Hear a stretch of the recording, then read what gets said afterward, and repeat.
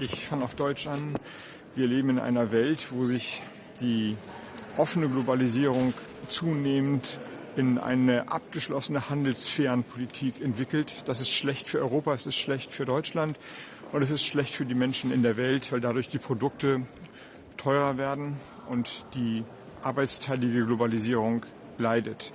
Deswegen werbe ich sehr dafür, dass die amerikanische Seite versteht, dass wir stärker und besser sind und unsere Volkswirtschaften stärker und besser werden, wenn wir kooperieren und nicht gegeneinander arbeiten. Und die amerikanische Seite dann auch versteht, dass wenn wir gegeneinander arbeiten, es auch für die amerikanischen Verbraucherinnen und Verbraucher, für die amerikanische Wirtschaft schlechter, weil teurer wird. Europa wiederum hat ein eigenes Interesse, mehr und weitere Handelsabkommen abzuschließen. Das betrifft vor allem jetzt das ja quasi fertige Mercosur-Abkommen, das in den letzten Monaten und Jahren der Verhandlung noch mal deutlich nachhaltiger und besser geworden ist. Es wäre die richtige Antwort auf diese Tendenz zu Abschließung und Zöllen und Handelsbarrieren, dieses Abkommen jetzt zu finalisieren. Und drittens muss Europa sich selber klar machen, dass es geschlossen und einig agieren muss und einig agieren soll. Das ist im Interesse von all den Mitgliedstaaten, dass wir uns nicht spalten lassen.